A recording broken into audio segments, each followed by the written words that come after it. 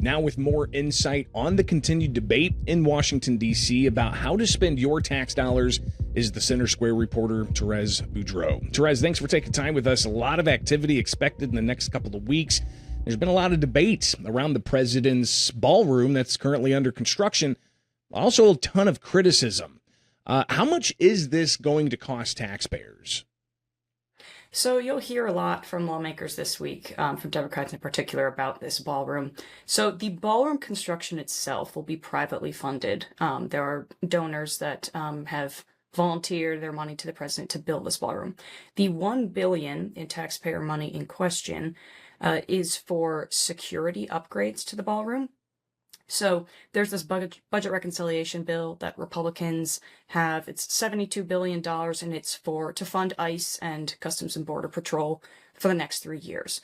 But inside of it, they've tucked in an extra $1 billion going towards the Secret Service, and it's allocated for security upgrades for this venue that is going to be built with private funds.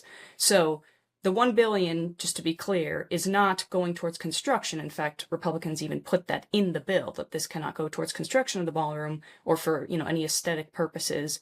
But it's simply for security features. So, that could be cameras, that could be Secret Service training, because this ballroom is going to be used for things other than balls. It's also going to be used, it could be used in the future for a White House Correspondents' Dinner, for instance.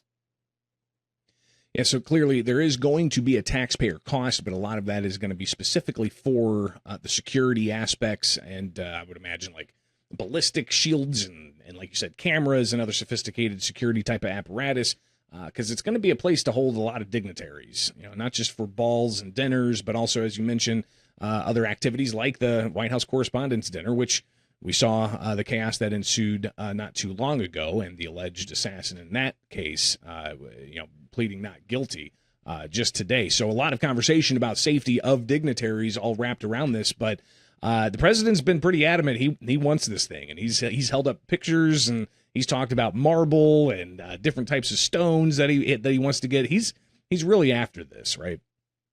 He is, yes. There's a lot of people who view it as, simply an ego thing, but then there's also a lot of people on the Republican side who say, well, this is a security issue as well. They point to the White House Correspondents' Dinner shooting as an example of why the White House needs its own event venue, basically, like on its own premises. The Correspondents' Dinner location, that was at a hotel that was 2 miles away from the Capitol. So again, it's very shocking for a lot of reasons, obviously, but so Republicans have used that as a way to say, hey, look, clearly this is needed. And so that's why they tucked that into that $1 billion into the bill. Because again, this ballroom is not going to, come down when Trump leaves office. There's going to be a lot of presidents who use it. It's going to be used for a lot of events. So it really, you'll hear a lot of rhetoric about it, and it just depends on which side, honestly, that you read from. But yes, Trump is incredibly excited. He very much wants this done. And so that Republicans have added it in. They've said, look, this $1 billion is just for security. And this entire ballroom project is, it's really a security measure for this president and for future presidents' administrations.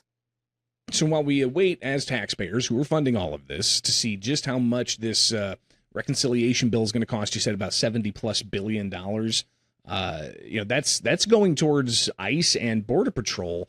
And that's because that wasn't included in the previous bill that they had passed after that historic partial government shutdown, impacting the likes of TSA and Secret Service and such. Yes, that's correct. So, you could be following Congress for the past 8 months and still not really know what's going on because there is just so much going on. But trying to keep it simple, essentially, the fiscal year that we're in right now, fiscal year 2026, it ends this October. It ends October 1st. That's when the new fiscal year starts. But we've had 2 shutdowns in this current fiscal year over government funding. So Congress is supposed to pass 12 bills every year funding different sectors of government. That broke down in different stages of the process over this past year. That most recent shutdown that you mentioned, that was over the DHS portion.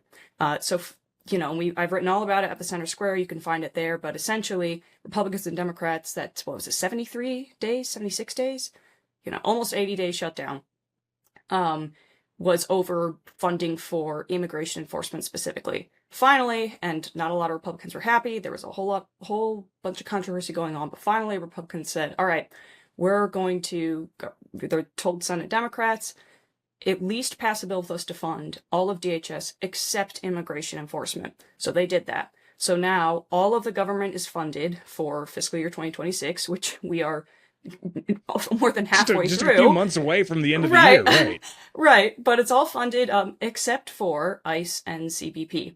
And so Republicans have decided, because they've seen obviously clearly Democrats are not going to, fund this with us unless we include a bunch of reforms they want. So they're using the filibuster-proof budget reconciliation process to do that.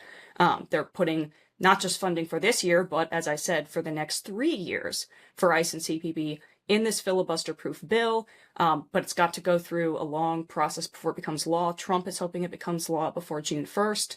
And like I said, with this whole White House correspondence dinner shooter thing, Republicans thought, hey, in this bill, let's just tuck in an extra $1 billion, because it's DHS related, because it's for Secret Service for the ballroom. And so, all in all, it's a pretty controversial package for Democrats because they don't want this advanced funding for immigration and customs enforcement and border patrol, and they certainly don't want the $1 billion for the ballroom security upgrades. Again, just a few more months, and it's going to be the beginning of the new fiscal year. This all sounds very efficient, by the way, just to editorialize slightly. But what can we expect in these next 2 weeks with the next fiscal year coming up in a handful of months? Are they really going to get down to brass tacks and explicitly tell taxpayers how much they're going to have to fork over in taxes to fund the next fiscal year? So these next 2 weeks, lawmakers are probably going to be focusing very much mostly on that budget reconciliation bill. So that bill funding the immigration enforcement for this year and the next 3 years, and with that ballroom security addition to it. Again, Trump wants that passed by June 1st. Congress is recessing yet again for 11 days for Memorial Day, 2 weeks from now. So they want to get all of that done now. In the meantime, though, as you were mentioning, for this upcoming fiscal year, those 12 appropriations bills, they're working on those as well. So tomorrow, Tuesday, the House is going to vote on one of those. I believe it is the Veterans Affairs portion, and that one is less controversial than most, so it might pass the House. So essentially, they're going to be focusing a lot on this budget reconciliation package, and in the meantime, they're going to be trying to pass through the House at least some of these appropriations bills for the next year. And that's always hundreds of billions, sometimes trillions. We'll be covering that at the Center Square. We'll be covering these bills and what's in them. And it's funny though, because, talking about efficiency, there is so much that Congress has on its plate as well. Besides all of this, they still have to get the Farm Bill through. They still have to truly reauthorize FISA Section 702, that spy powers that they've just, they've just extended it continuously because they can't get an agreement on it. There's so much that they have to do and so little time, but we will be covering all of that at the Center Square. So be sure to stay up with Therese Boudreaux's work. Get it in your inbox by signing up for the newsletter only at thecentersquare.com. Therese, we'll be watching closely. Greatly appreciate your eyes on what's going on with Congress and how they expect to spend our tax dollars.